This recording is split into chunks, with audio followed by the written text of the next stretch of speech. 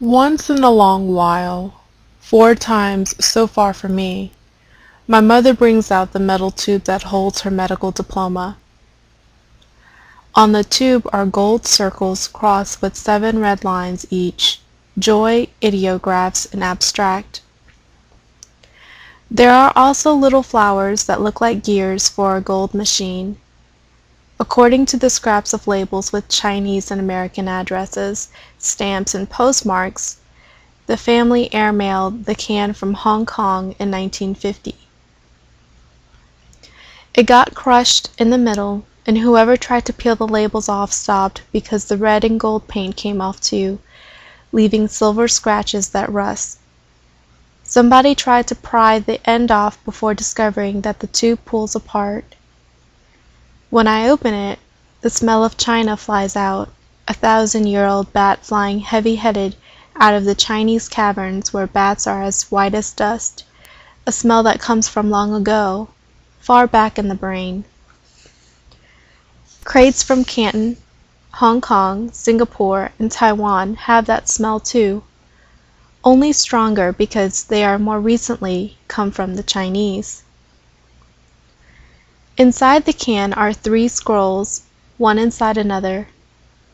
The largest says that in the 23rd year of the National Republic, the Tu Kung School of Midwifery, where she has had 2 years of instruction and hospital practice, awards its diploma to my mother, who has shown through oral and written examination her proficiency in midwifery, pediatrics, gynecology, medicine, surgery, therapeutics, ophthalmology, bacteriology, dermatology, nursing, and bandage. This document has 8 stamps on it. 1. The school's English and Chinese names embossed together in a circle. 1. As the Chinese enumerate, a stork and a big baby in lavender ink. 1. The school's Chinese seal. 1. An orangish paper stamp pasted in the border design. 1. The red seal of Dr. Wu Pakliang, M.D., Lyon, Berlin, President and ex-assistant étranger à la clinique chirurgicale et douchement de l'Université de Lyon. 1. The red seal of Dean Wu Yin Kam, M.D. 1. My mother's seal, her chop mark larger than the president's and the dean's, and 1. The number 1279 on the back. Dean Wu's signature is followed by Hackett. I read in a history book that Hackett Medical College for Women at Canton was founded in the 19th century by European women doctors. The school seal has been pressed over a photograph of my mother at the age of 37. The diploma gives her age as 27. She looks younger than I do. Her eyebrows are thicker, her lips fuller. Her naturally curly hair is parted on the left, one wavy wisp tendriling off to the right. She wears a scholar's white gown, and she is not thinking about her appearance. She stares straight ahead as if she could see me and pass me to her grandchildren and grandchildren's grandchildren. She has spacey eyes, as all people recently from China have. Her eyes do not focus on the camera. My mother is not smiling. Chinese do not smile for photographs. Their faces command relatives in foreign lands, send money, and posterity forever. Put food in front of this picture. My mother does not understand Chinese American snapshots. "What are you laughing at?" she asks. The second scroll is a long, narrow photograph of the graduating class with the school officials seated in front. I picked out my mother immediately. Her face is exactly her own, though 40 years younger. She is so familiar. I can only tell whether or not she is pretty or happy or smart by comparing her to the other women. For this formal group picture she straightened her hair with oil to make a chin-length bob like the others. On the other women, strangers, I can recognize a curled lip, a sidelong glance, pinched shoulders. My mother is not soft. The girl with the small nose and dimpled underlip is soft. My mother is not humorous, not like the girl at the end who lifts her mocking chin to pose like girl graduate. My mother does not have smiling eyes. The old woman teacher, Dean Wu, in front, crinkles happily, and the one faculty member in the western suit smiles westernly. Most of the graduates are girls whose faces have not yet formed. My mother's face will not change any more, except to age. She is intelligent, alert, pretty. I can't tell if she's happy. The graduates seem to have been looking elsewhere when they pinned the rose, zinnia, or chrysanthemum on their precise black dresses. One thin girl wears hers in the middle of her chest. A few have a flower over a left or a right nipple. My mother put hers, a chrysanthemum, below her left breast. Chinese dresses at that time were dartless, cut as if women did not have breasts. These young doctors, unaccustomed to decorations, may have seen their chests as black expanses with no reference points for flowers. Perhaps they couldn't shorten that far gaze that lasts only a few years after a Chinese immigrates. In this picture, too, my mother's eyes are big with what they held, reaches of oceans beyond China, land beyond oceans. Most immigrants learned the barbarian's directness, how to gather themselves and stare rudely into talking faces, as if trying to catch flies. In America, my mother has eyes as strong as boulders, never once skittering off a face. But she has not learned to place decorations in phonograph needles, nor has she stopped seeing land on the other side of the oceans. Now her eyes include the relatives in China, as they once included my father smiling in his many Western outfits, a different one for each photograph that he sent from America. He and his friends took pictures of one another in bathing suits at Coney Island Beach, the salt wind from the Atlantic blowing their hair. He's the one in the middle with his arms around the necks of his buddies. They pose in the cockpit of a biplane, on a motorcycle, and on a lawn beside the "Keep Off the Grass" sign. They are always laughing. My father, white shirt sleeves rolled up, smiles in front of a wall of clean laundry. In the spring he wears a new straw hat, cocked at a Fred Astaire angle. He steps out, dancing down the stairs, one foot forward, one back, a hand in his pocket. He wrote to her about the American custom of stomping on straw hats come fall. "If you want to save your hat for next year," he said, "you have to put it away early, or else when you're riding the subway or walking along Fifth Avenue, any stranger can snatch it off your head and put his foot through it. That's the way they celebrate the change of seasons here." In the winter, he wears a gray felt hat with his gray overcoat. He is sitting on a rock in Central Park. In one snapshot, he is not smiling. Someone took it when he was studying, blurred in the glare of the desk lamp. There are no snapshots of my mother. In two small portraits, however, there is a black thumbprint on her forehead as if someone had inked in bangs, as if someone had marked her. "Mother, did bangs come into fashion after you had the picture taken?" One time she said yes. Another time when I asked, "Why do you have fingerprints on your forehead?" she said, "Your first uncle did that." I disliked the unsureness in her voice. The last scroll has columns of Chinese words. The only English is Department of Health, Canton, imprinted on my mother's face, the same photograph as on the diploma.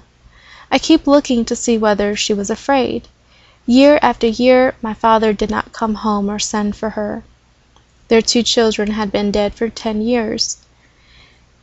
If he did not return soon, there would be no more children. They were 3 and 2 years old, a boy and a girl. They could talk already. My father did send money regularly, though, and she had nobody to spend it on but herself. She bought good clothes and shoes. Then she decided to use the money for becoming a doctor. She did not leave for Canton immediately after the children died. In China there was time to complete feelings, as my father had done. My mother left the village by ship. There was a seabird painted on the ship to protect it against shipwreck and winds. She was in luck. The following ship was boarded by river pirates, who kidnapped every passenger, even old ladies. $60 for an old lady was what the bandits used to say. I sailed alone, she says, to the capital of the entire province. She took a brown leather suitcase and a sea bag stuffed with 2 quilts. At the dormitory, the school official assigned her to a room with 5 other women, who were unpacking when she came in. They greeted her, and she greeted them, but no one wanted to start friendships until the unpacking was done, each item placed precisely to section off the room. My mother spotted the name she had written on her application pinned to a headboard, and the annoyance she felt at not arriving early enough for first choice disappeared. The locks on her suitcase opened with 2 satisfying clicks. She enjoyed again how neatly her belongings fitted together, clean against the green lining. She refolded the clothes before putting them in the one drawer that was hers. Then she took out her pens and ink box, an atlas of the world, a tea-set, antique canister, sewing box, her ruler with the real gold markings, writing paper, envelopes with the thick red stripe to signify no bad news, her bowl and silver chopsticks. These things she arranged one by one on her shelf. She spread the 2 quilts on top of the bed and put her slippers side by side underneath. She owned more, furniture, wedding jewelry, cloth, photographs, but she had left such troublesome valuables behind in the family's care. She never did get all of it back.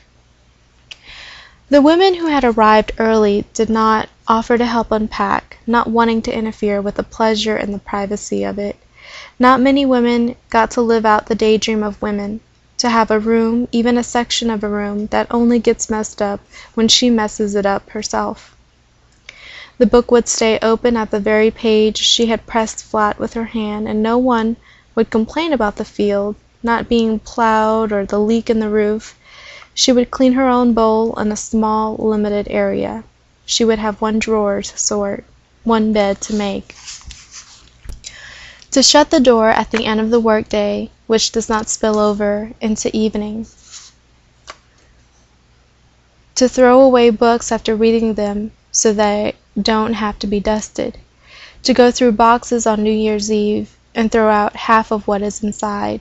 Sometimes for extravagance to pick a bunch of flowers for the one table. Other women, besides me, must have this daydream about a carefree life. I've seen communist pictures showing a contented woman sitting on her bunk sewing. Above her head is her 1 box on a shelf. The words stenciled on the box mean fragile, but literally say, use a little heart. The woman looks very pleased. The revolution put an end to prostitution by giving women what they wanted, a job and a room of their own. Free from families, my mother would live for 2 years without servitude. She would not have to run errands for my father's tyrant mother, with a bound feet, or thread needles for the old ladies, but neither would there be slaves and nieces to wait on her. Now she would get hot water only if she bribed the concierge. When I went away to school, my mother said, "Give the concierge oranges." 2 of my mother's roommates, who had organized their corners to their satisfaction, made tea and set a small table with their leftover travel food. "Have you eaten, Lady Scholar?" they invited my mother. "Lady Scholar, come drink tea," they said to each of the others. "Bring your own cup." This largesse moved my mother. Tea, an act of humility. She brought out meats and figs she had preserved on the farm. Everyone complimented her on their tastiness. The women told which villages they came from and the names they would go by. My mother did not let it be known that she had already had 2 children and that some of these girls were young enough to be her daughters. Then everyone went to the auditorium for 2 hours of speeches by the faculty. They told the students that they would begin with a text as old as the Han Empire, when the prescription for immortality had not yet been lost. Chang Chung Ching, father of medicine, had told how the 2 great winds, Yang and Yin, blew through the human body. The diligent students would do well to begin tonight memorizing his book on colds and fevers. After they had mastered the ancient cures that worked, they would be taught the most up-to-date Western discoveries. By the time the students graduated, those of them who persevered, their range of knowledge would be wider than that of any other doctor in history. Women have now been practicing medicine for about 50 years, said one of the teachers, a woman, who complimented them for adding to their growing number and also for coming to a school that taught modern medicine. "You will bring science to the villages." At the end of the program, the faculty turned their backs to the students, and everyone bowed the 3 bows toward the picture of Dr. Sun Yat-sen, who was a Western surgeon before he became a revolutionary. Then they went to the dining hall to eat. My mother began memorizing her books immediately after supper. There were 2 places where a student could study: the dining hall with its tables cleared for work, everyone chanting during the common memorization sessions, or the table in her own room.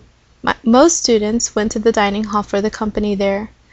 My mother usually stayed in her room, or, when a roommate wanted the privacy of it also, went to a secret hiding place she had hunted out during the first week of school. Once in a while she dropped by the dining hall, chanted for a short while with the most advanced group, not missing a syllable, yawned early, and said good night. She quickly built a reputation for being brilliant, a natural scholar who could glance at a book and know it. The other students fought over who could sit next to me at exams, my mother said. One glimpse at my paper when they got stuck and they could keep going. Did you ever try to stop them from copying your paper? Of course not. They only needed to pick up a word or 2 and they could remember the rest. That's not copying. You get a lot more clues than actual diagnosis. Patients talk endlessly about their ailments. I'd feel their pulses knocking away under my very fingertips, so much clearer than the paper dolls in the textbooks. I'd chant the symptoms, and those few words would start a whole chapter of cures tumbling out. Most people don't have that kind of brain that can do that. She pointed at the photograph of the 37 graduates. 120 students, or 112 students, began the course at the same time I did. She suspected she did not have the right kind of brains either, my father the one who can recite whole poems. To make up the lack, she did secret studying. She also gave herself 20 years head start over the young girls, although she admitted to only 10, which already forced her to push. Older people were expected to be smarter. They are closer to the gods. She did not want to overhear students or teachers say, "She must be exceedingly stupid, doing no better than anyone else when she is a generation older. She's so dumb. She has to study day and night." I studied far in advance, says my mother. I studied when the breathing coming from the beds and coming through the wood walls was deep and even. The night before exams, when the other students stayed up, I went to bed early. They would say, "Aren't you going to study?" And I'd say, "No, I'm going to do some mending," or "I want to write letters tonight." I let them take turns sitting next to me at the tests. The sweat of hard work is not to be displayed. It is much more graceful to appear favored by the gods. Maybe my mother's secret place was the room in the dormitory which was haunted. Even though they had to crowd the other rooms, none of the young women would sleep in it. Accustomed to nestling with a bed full of siblings and grannies, they fitted their privacy tighter rather than claim the haunted room as human territory. No one had lived in it for at least 5 years, not since a series of hauntings had made its inhabitants come down with ghost fear that shattered their brains for studying.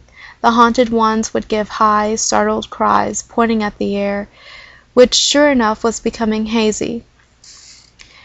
They would suddenly turn and go back the way they had come. When they rounded a corner, they flattened themselves fast against the building to catch what followed, unawares, moving steadily forward. One girl tore out the photographs that had taken of friends in that room.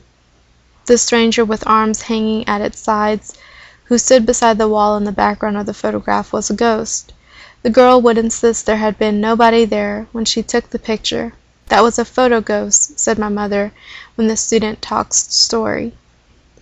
She needn't have been afraid. Most ghosts are only nightmares. Somebody should have held her and wiggled her ears to wake her up. My mother relished these scare orgies. She was good at naming. Wall ghost, frog spirit, frogs are heavenly chickens, eating partner. She could find descriptions of phenomena in ancient writings, the green phoenix stories, the 7 strange tales of the golden bottle, what Confucius did not talk about. She could validate ghost sightings. "But ghosts can't be just nightmares," a storyteller protested. "They come right into the room. Once our whole family saw wine cups spinning and incense sticks waving through the air. We got the magic monk to watch all night. He also saw the incense tips tracing orange figures in the dark. Ideographs," he said. He followed the glow patterns with his ink brush on red paper, and there it was, a message from our great-grandfather. We needed to put bigger helpings in a Ford in front of his plaque, and when we did, the haunting stopped immediately. "I like to think the ancestors are busier than that," my mother said, "or more at rest." "Yes, they're probably more at rest. Perhaps it was an animal spirit that was bothering your house, and your grandfather had something to do with chasing it off." After what she thought was a suitably tactful pause, she said, "How do we know that ghosts are the continuance of dead people? Couldn't ghosts be an entirely different species of creature? Perhaps human beings just die, and that's the end. I don't think I'd mind that too much. Which would you rather be? A ghost who constantly wanting to be fed, or nothing?" If the other storytellers had been reassuring one another with science, then my mother would have flown stories as factual as bats into the listening night. A practical woman, she could not invent stories and told only true ones. But tonight the younger women were huddling together under the quilts, the ghost room with its door open steps away. "Did you hear that?" someone would whisper. And sure enough, whenever their voices stilled simultaneously, a thump or a creak would unmistakably sound somewhere inside the building. The girls would jump closer together, giggling. "That was the wind," my mother would say. "That was somebody who fell asleep reading in bed. She dropped her book." She neither jumped nor giggled. "If you're so sure," said an impertinent girl, perhaps the one with the disdainful chin, "why don't you go out there and take a look?" "Of course," said my mother, "I was just thinking about doing that." She took a lamp and left her friends, impressed, in a dimmer room. She advanced steadily, waking the angular shadows up and down the corridor. She walked to both ends of the hallway, then explored another wing for good measure. At the ghost room, door open like a mouth, she stopped and stepping inside, swung light into its corners. She saw cloth bags and knobby mounds. They looked like gnomes, but they were not gnomes. Suitcases and boxes threw shadow stairs up the walls and across the floor. Nothing unusual loomed at her or scurried away. No temperature change, no smell. She turned her back on the room and slowly walked through one more wing. She did not want to get back too soon. Her friends, although one owes nothing to friends, must be satisfied that she searched thoroughly. After a sufficiently brave time, she returned to the storytellers. "I saw nothing," she said. "There's nothing to be afraid of in the whole dormitory, including the ghost room. I checked there too. I went inside just now."